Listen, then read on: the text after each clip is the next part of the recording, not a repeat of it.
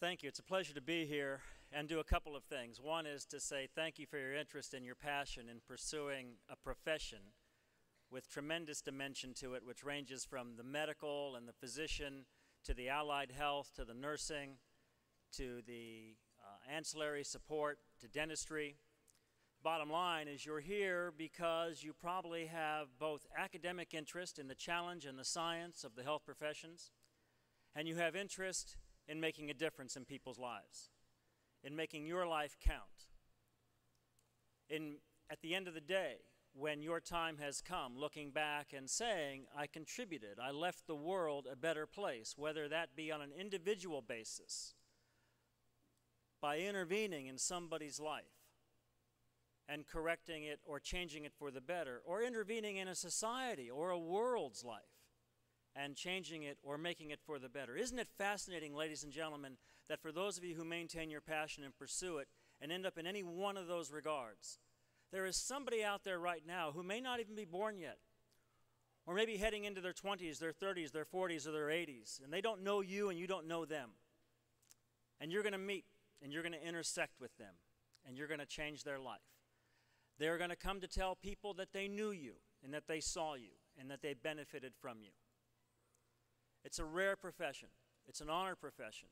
And it's one, as you've heard from the previous speakers, that we hold a sacred covenant of integrity and of honor and an ethos to do good, an ethos to do no harm, an ethos to protect and preserve.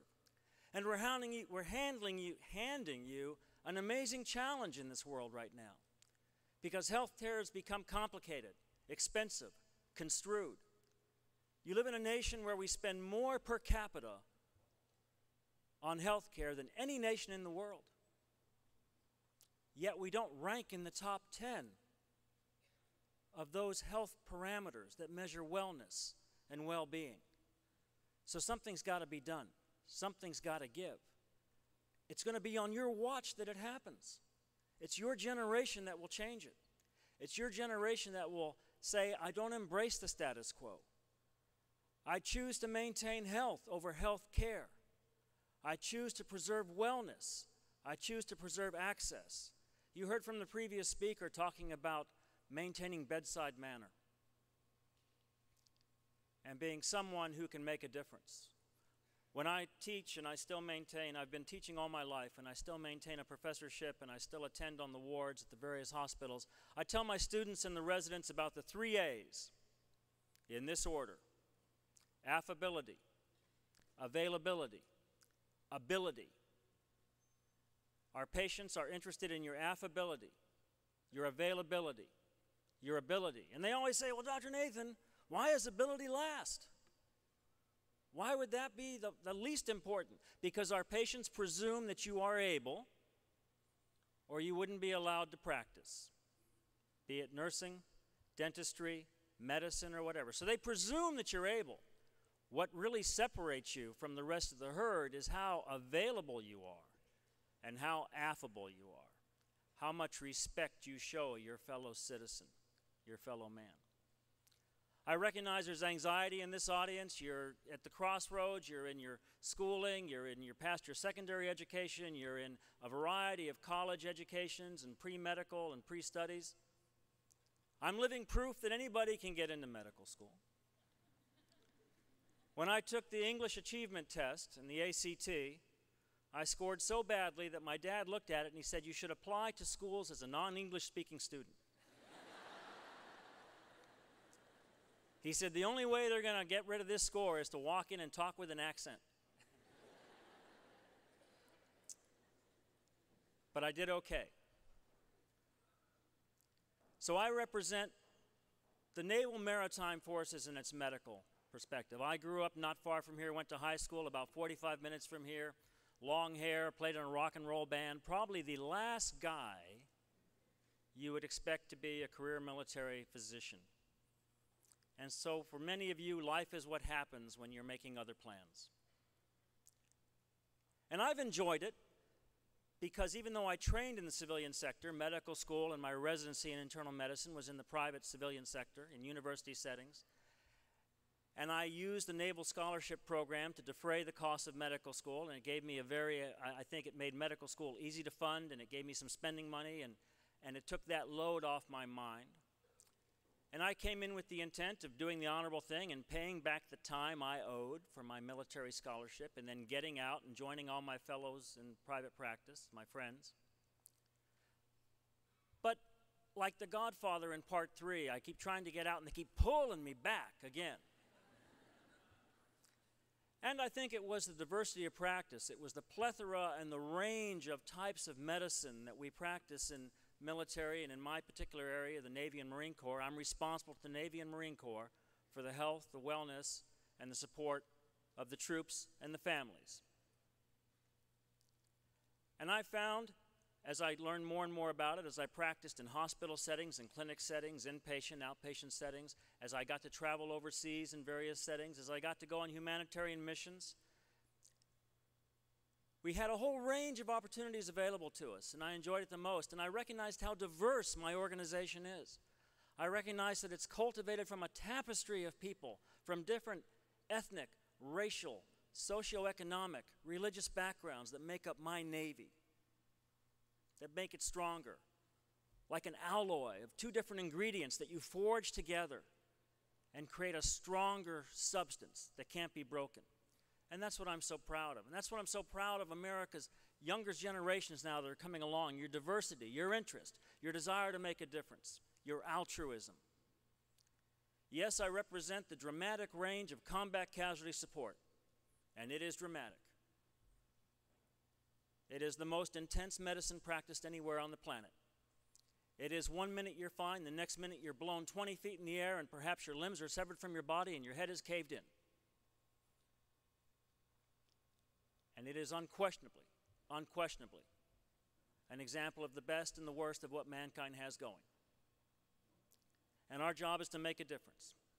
Our job is to try to figure out ways to preserve life, to restore life, and to learn and to engage and to make a difference, and so that we can lessen war, and we can lessen conflict, and we can learn from each other, we can partner from each other.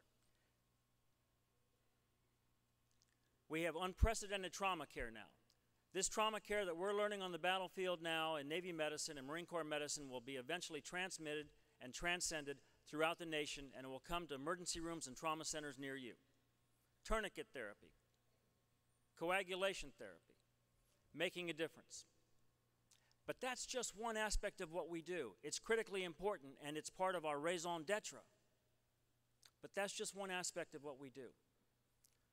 We can go to the other end of the spectrum, where right now as we speak, we have our researchers who have been in the Navy lab in Cairo, Egypt for the last 60 years. The only American group never to evacuate for any reason. As that region becomes stable, unstable, they stay put. Why? Because they're basically safe there. They are scientists. They are researchers. They are not there pursuing any particular military or national agenda. They are there to be in the hotbed of emerging infections and diseases and vectors, and learning what they can and sharing what they learn with the surrounding nations in that theater. Or down in Lima, Peru. Or in Vietnam with our medical liaison that's going on in Vietnam, or in Thailand. So not only do you need to be a citizen of your university, a citizen of your home state, a citizen of this country, and take health care into a better dynamic for the United States, you need to be a citizen of the world. The world is becoming much more global, much flatter, much more diverse, much more integrated. So I'm proud of an organization like ours that has cultural exchange programs that range all the way from China to Vietnam to South America to Africa. As we currently staff the health care education system in Djibouti, Africa, with naval forces. Yes, I've had an interesting life, and Tammy, my wife, my bride, and I have had the opportunity to be stationed in London and outside of Tokyo and in the Caribbean and in California and in Florida and New England, and a variety of places. And I've gone to sea, didn't want to go to sea, you had to drag me kicking. I don't want to go to a ship, big gray ship, oh my goodness. You know, what time do they serve breakfast? Got there, didn't want to leave. Amazing environments, amazing environments. sent to some of the far reaches of the world where very few medical personnel go. It's primarily because maybe it's dangerous, it's not a secure environment, but the good news about military medicine has got the word military in it, so we can sort of bring our security with us to keep the area safe. I saw diseases that I learned in medical school that I read about in the history books of medicine in America, but I'd never seen in America. And then you go over to some of these countries in the southern and the eastern and other parts of the western hemisphere, and you see diseases and ailments that we just don't see anymore. Do you know what the #1 infectious disease killer in the world is? The #1 killer, infectious killer in the world is malaria. Malaria. When's the last time you saw somebody in the United States suffer from malaria? Dengue fever, encephalitis. These are worldwide problems. Ebola. These are now things that are becoming perhaps terrorized. These are things that people are cultivating for terrorism. And who has the vertical and horizontal integration to deal with those and to research those and to figure out how to defend against those? So I'm proud of an organization that has a variety of tools and equipment and personnel. Yes, we offer it through the scholarship program. We're pretty popular right now because I think people recognize our Navy motto. Not Navy Medicine's motto, big Navy's motto, a global force for good. We build our Navy for war, but we operate it for peace. Our goal is to be out there, about there, engaging in different countries, talking to the folks in the Western Hemisphere, the Eastern Hemisphere, the Southern Hemisphere, ships pulling in and out of port, research labs setting up in other countries, doing what we do best as America, demonstrating our ethos of American compassion, giving, support, and partnership. The last thing in the world we want to do is get in a fight with somebody. The first thing in the world we want to do is break down cultural barriers. And I love to show off my Navy medicine team because it's so diverse, because it has representatives from all races, all ethnicities, all backgrounds, all languages, ranging from Muslim to Asian to Hispanic to African American, from New Jersey to California, from the Philippines. And I take this Navy with me on our hospital ships and on our big gray ships, and I take them to other ports, and they see these people in military uniforms taking care of their kids and taking care of their elders and making a difference, doing plastic surgery on a cleft palate. I was asked by a Navy Admiral once time, a 4-star who was a Top Gun pilot who owned a lot of forces. He said, "Dr. Nathan," he said, "I understand on the hospital ship you're taking a plastic surgeon with you." And I said, "Yes, sir." And he said, "I want to know what the bang for the buck is on that." He said, "Because I know we need these guys to take care of all the wounded. So this guy can only do a few operations in a village somewhere. What's the percentage return in that?" Here's my answer. Go to some cultures sometimes and see whether a child is born with a cleft palate and see what the life of that child is going to be. In most cultures, that child may be in a third world country. That child may be kept in the hut or kept in the back of the village and ostracized. We go in, we pull up, we bring what's considered to be a tertiary care world-class hospital off the shore. We repair that. And I told the Admiral, I said, and that young boy or that young girl grows up and they have a little tiny residual scar from where their face was closed, and they become a walking billboard for American compassion, American partnership for the next 50 years. And perhaps we change minds and we change lives. When the tsunami occurred in Indonesia, which is an amazing country, I've been visited there, we had labs there, we had the research lab in Jakarta, Navy Research Lab in Jakarta. Amazing country, but predominantly anti-American in sentiment. Why? We never really did anything to them. But propaganda and disinformation and those sorts of things. And then the tsunami occurred, and the Lincoln Battle Group went over there right away and started providing power and fresh water and sent teams to rebuild schools and churches and homes. And we sent the Mercy hospital ship. And the Indonesian people, the good Indonesian people, saw the Americans doing this, and they saw the American military doing this, along with our partners in the non-governmental organizations, Operation Smile, Doctors Without Borders, Project Orbis. And the sentiment flipped. It flipped. The country became primarily pro-American, without a shot being fired. That's a global force for good. That's making the world a better place. That's if someone is hatching a terrorist scheme somewhere to knock down Twin Towers or to blow up a building or to let go a chem bio attack, maybe somebody whose life we've touched and shown our real compassion, our real ethos will raise their hand and tell us about it first. So it's not only the right thing to do, it's the important thing to do, and it makes good sense politically and strategically. So you're a country like Haiti. You're going along about your business. You're already having problems because Haiti's not a very wealthy country and its healthcare system's already fragile. And an earthquake occurs and it crushes a large percentage of your people. It crushes them. So you think, okay, well, this is going to really strain the hospital system. Well, the hospitals have fallen down. There's no healthcare to be had. What are you going to do? Who are you going to call? I'll tell you about it if I have to, but I think we have a video here that might be able to describe a little bit of it. Dave, if you can fire it up, we'll see. I know I'm not going to be able to treat everybody for everything. I just knew I had to give everything I had to everybody who was on the ship. We're going to go to our neighbors around the world and show them that we have compassion. We take care of people who have so little. You can put this ship off the coast anywhere, and it is a symbol of we're here to help. We're also here to learn as much from your country as you can from us.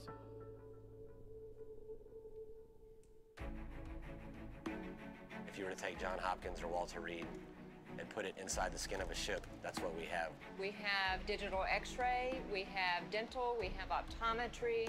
We have a CAT scan machine. 12 operating rooms as well as an interventional radiology suite. We have our own oxygen plant that produces medical oxygen. 80 ICU beds and hundreds of ward beds. So anything you could do at a Navy or civilian hospital, we can do it here. The only difference is we can come to you instead of you having to come to us. Operation Continuing Promise is actually a regular deployment schedule where we take the USNS Comfort to Central and South America. The countries vary a little bit. We work with the ministries of health to be able to build a partnership of caring, a partnership of learning and education. We made a promise to these countries that we visited that in any time that they're going to have a need for us to come down and help them, that we would be back. I was driving home from work, and as I was driving, I started hearing about the earthquake. And I told my wife, I said, well, I've got to get my sea bag ready because I'm going to be getting a phone call tomorrow. We're going to go down to Haiti probably by the end of the week.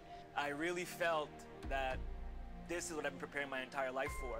For Operation Unified Response, the ship was underway in 76 hours. On the way down to Haiti, we kept receiving a lot of information via email about hundreds, thousands, tens of thousands of people, primarily with orthopedic injuries. But it's one thing to see a couple of pictures on the internet, another thing to know that you're actually going to be a part of the human element of what we see, the devastation. The fact that that suffering was going to be coming on board in numbers that we had no idea of how many or for how long. When we're about 100 miles out, we started getting patients.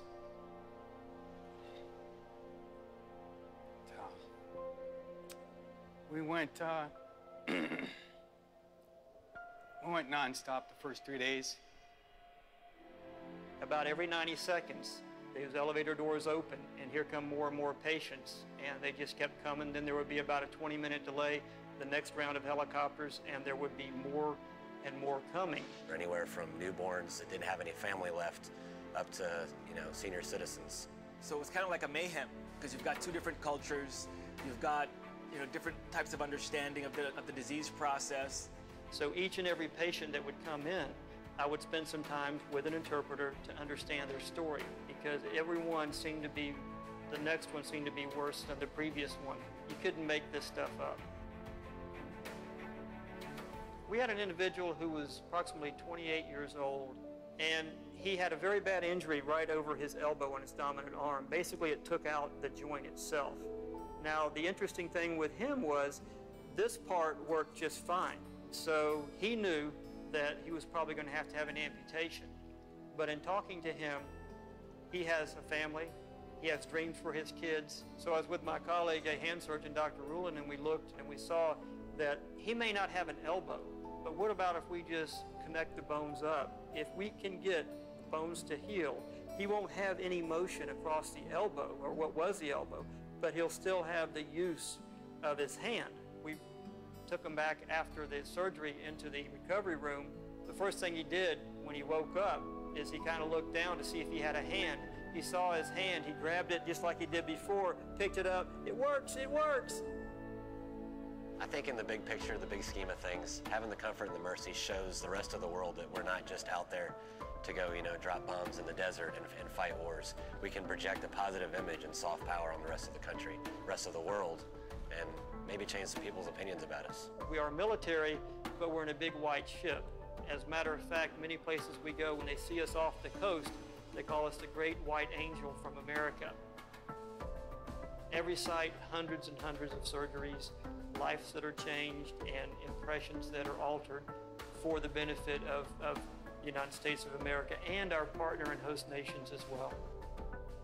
From a humanitarian assistance perspective, there's not anything more rewarding that you can do truly in the Navy.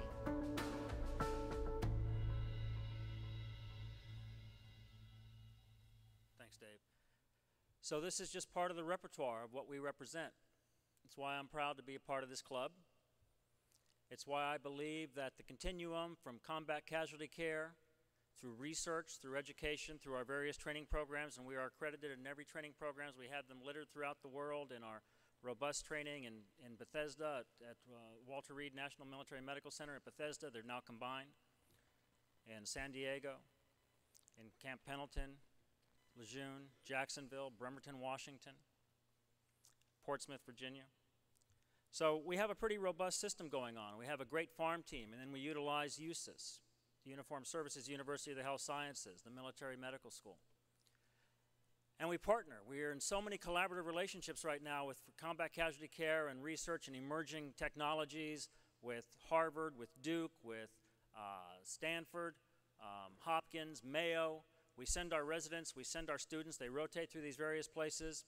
Many of the premier medical institutions are now coming to us to send their residents to learn how we're doing some of the new innovative plastic surgeries and combat casualty repair techniques. So it's a wonderful collaborative program that we have now, unprecedented really in history. So I'm here again to close and say thank you for your passion and your interest. Technology these days is amazing. And here's your uphill battle. Here's how you'll have to swim upstream, given the amount of technology that exists now. 50, 100 years ago, when you went to medical school, you spent hours and hours and hours learning how to auscultate the heart, listen to the lung sounds, do the neurological exam.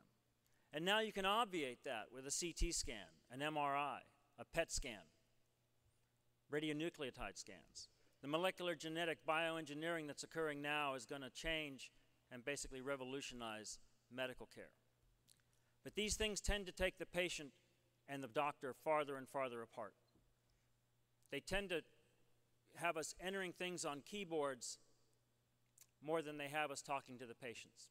You have to fight that technological push. You have to harness that technology. You have to learn to use it. You have to learn to embrace it. You have to learn to find the cost savings, the efficiencies, and the patient safety that it offers. But you still have to be that doctor to that patient. You still have to go to that bedside. You still have to let them know, I have a doctor.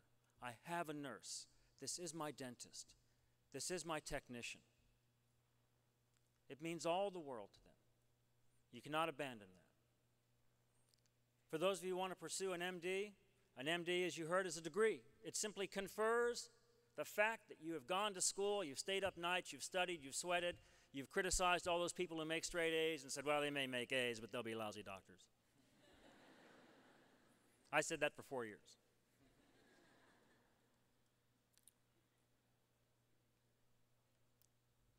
But if you learn nothing else from humanity, you'll learn that you cannot always be in the medical professions, the savior, the cure. But you can be there. You can be there in any capacity, be it the nurse, the technician, the physician's assistant, the nurse practitioner, the physician. Ladies and gentlemen, it doesn't matter if it's a Marine or a soldier laying dying on the battlefield, or the grandmother in the community hospital who's saying goodbye after 8 decades of life to her family. When you reach out and you hold their hand and you squeeze it, and they squeeze back, they're not saying, I'm squeezing back to let you know I'm still alive. They're squeezing back to say, don't let me take this journey alone. Be here with me. Make that covenant true if you go into any of the medical or healing arts. Be part of that team that looks at death, injury, pain, disease, and says, if you want to get to those people I take care of, if you want to get to those I love, you'll have to go through me. I thank you for your time. I thank you for your attention. I hope that I've stimulated some of your interest and at least educated you a little bit on the wide range and diversity of what we do in military medicine and vis-a-vis Navy and Marine Corps medicine. And lastly, I'd like to thank you in advance. I'd like to thank those of you in advance who haven't met that young boy, that young girl, that unborn child, or that elderly patient whose lives you'll impact and make a difference because of your studies, your science, your education, the technical expertise you'll gain, but most of all, the humanity and the compassion and the professionalism you'll bring to the game. Thank you for what you do. Thank you for the difference you're going to make. It's an honor to be here speaking to you today. God bless you.